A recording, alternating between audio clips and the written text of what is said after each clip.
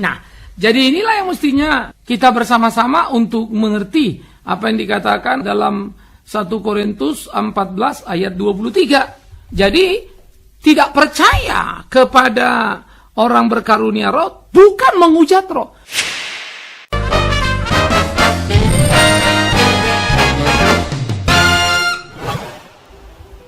Nah, jadi inilah yang mestinya kita bersama-sama untuk mengerti apa yang dikatakan dalam 1 Korintus 14 ayat 23. Jadi, tidak percaya kepada orang berkarunia roh bukan menghujat roh. Menghujat roh adalah menolak terus-menerus suara Roh Kudus untuk percaya kepada Kristus. Jadi jangan dipelintir.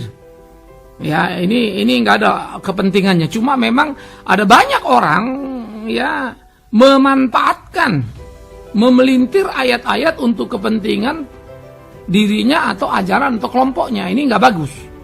Jadi kita tidak boleh begitu. Kita mesti mengerti dengan jeli. Ada persoalan satu dan persoalan lain itu beda-beda. Maka harus dianalisa sesuai dengan konteks persoalannya. Jadi jangan main pukul rata begitu saja. Nah, jadi saudara-saudara, kita mesti perlu hati-hati menempatkan pemahaman itu sehingga tidak serta-merta memakai ayat itu untuk kepentingan-kepentingan tertentu di dalam mempertahankan keyakinan kita. Lalu kita memanfaatkan ayat, tidak boleh. Ya, jadi kalau tidak percaya kepada karunia Roh Kudus, tidak ada sesuatu yang salah di dalam Alkitab. Alkitab malah bilang, ujilah segala sesuatu. Karena sebetulnya ketika kita tidak percaya kan bukan kepada karunia Roh Kudusnya, tapi orang yang ngaku dia dapat karunia. Betul apa enggak dia? Kalau semua orang menamakan Roh Kudus, karunia dari Roh Kudus, waduh, gampang amat dipalsukan, begitu toh? Maka pohon dikenal dari buahnya. Orang itu harus diuji, itu diatur dalam Alkitab. 1 Tesalonika pasal 5 pun bilang, jangan padamkan karunia roh, tetapi ujilah segala sesuatu. Artinya, jangan terima mentah-mentah. Yang salah, justru kalau terima mentah-mentah, tanpa mengujinya.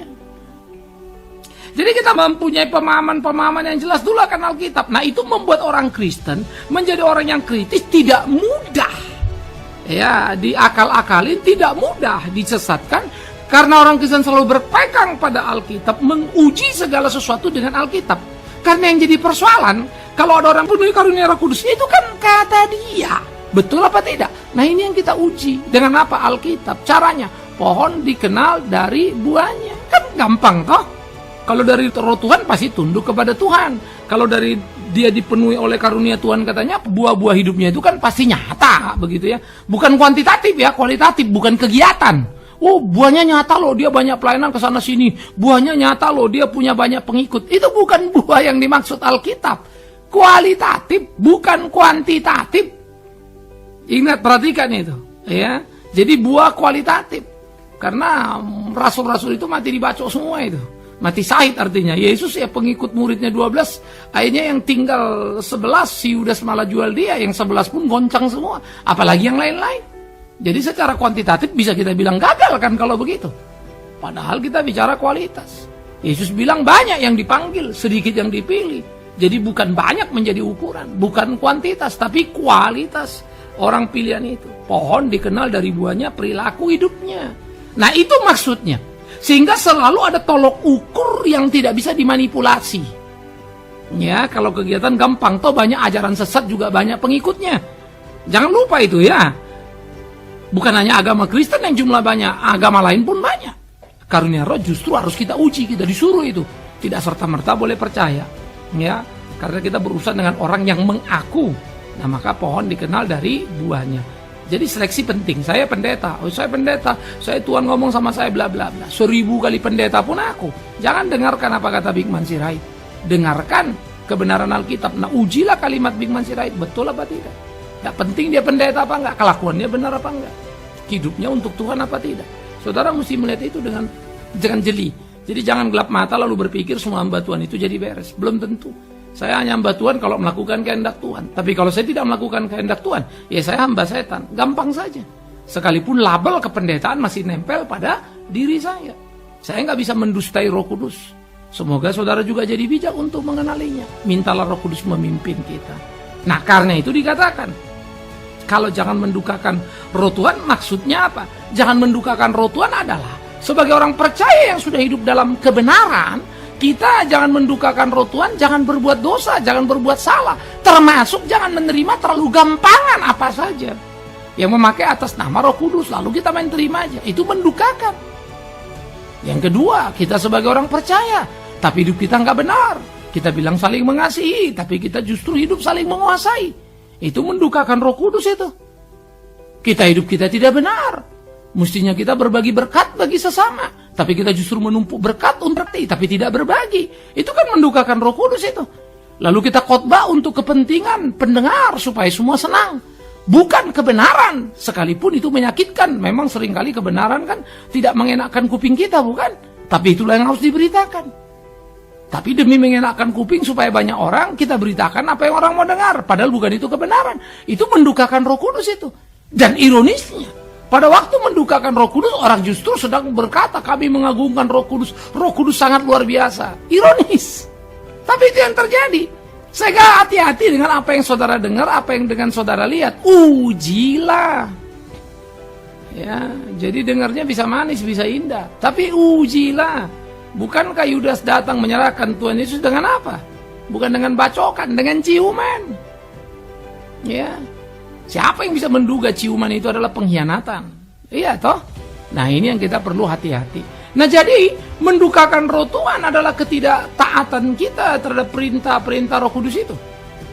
Ya, sikap kita yang tidak jeli. Tapi tadi mulai ingat, pertama dalam menyikapi ajaran sesat atau yang salah, ya, padahal kita sudah diperintahkan untuk menguji segala sesuatu, berdoalah supaya jangan kamu terjerembab, jangan terbawa arus. Itu satu. Ya, seperti apa yang dikatakan Alkitab, bukan? Ketika Amos juga berteriak, ya, umatku binasa karena tidak mengenal aku, karena kurang pengetahuan. Itu ironis. Mereka kurang tahu sehingga kurang mengenal. Dan itulah kebinasaan. Jadi hati-hati saudara, belajar Alkitab baik-baik. Jangan cuma apa kata Pak saya sebagai pendeta, tapi apa kata Alkitab. Maka Anda perlu belajar, perlu PA. Ya. Jangan hanya mau tren-tren kumpul-kumpul rame-rame saja. Ya. Jangan alasan selalu, ya, kalau PA nanti kita atau belajar Alkitab kita kayak orang Parisi lagi. Ya, orang Parisi ngerti Alkitab saja jahatnya luar biasa, apalagi saudara kalau sampai nggak ngerti Alkitab. Jahat pun merasa baik, itu lebih gawat lagi kan. Jadi hati-hati ya. Nah, bagaimana kita tahu Alkitab tapi juga hidup benar. Nah, disitulah rangka yang kedua mendukakan Roh Kudus, yaitu apa? Kita tidak mau tahu kebenaran, mesti mau tahu. Tapi yang ketiga, sudah tahu kebenaran, bukan cuma tahu, lakukan. Dengan tahu tidak melakukan, itu pun mendukakan. Orang-orang Yahudi itu tahu semua kebenaran, tapi seringkali mereka langgar, bikin lagi yang baru yang cocok sama selera mereka. Itu Parisi. Ya, tidak ada yang salah dengan apa yang mereka tahu. Yang salah adalah mereka tidak lakukan apa yang mereka tahu, mereka belok-belokkan. Itu persoalannya. Jadi saya pikir perlulah kita untuk kemudian memahami, supaya jangan hidup kita pikir kita dekat dengan Tuhan, Roh Tuhan, ngobrol tiap hari misalnya ya. Tetapi sebetulnya kita mendukakan Roh Kudus itu. Karena yang kita selalu mau dengar adalah suara di dalam otak kita sendiri, bukan suara Tuhan. Akhirnya kita bilang banyak sekali berhalusinasi, bermain-main seakan-akan suci, tapi jauh dari kehendak Roh Kudus itu. Tuhan kan tidak bisa kita bohongi, bukan? Tapi saya percaya hati kecil kita pun kalau mau jujur, kalau memang bersih ya, mana bisa kita bohongi? Toh kita tahu kita bohong, toh kita tahu ayat ini menurut kita, tapi sebetulnya kita sih belum gali Alkitab. Nah, pelihara itu supaya peka. Lah, supaya kemudian apa? Jangan ngomonglah, belajar dululah, perhatikan dululah, kan begitu. Dengan begitu engkau menolong dirimu. Maka Roh Kudus akan menuntun kita, pasti mengingatkan kita tuh pada hati kita. Salah tuh. Nggak begitu tuh. Kamu nggak jujur tuh. Kita diperingatkan, ya. Sehingga kita betul-betul mengerti apa yang menjadi kehendak Tuhan dalam kehidupan kita.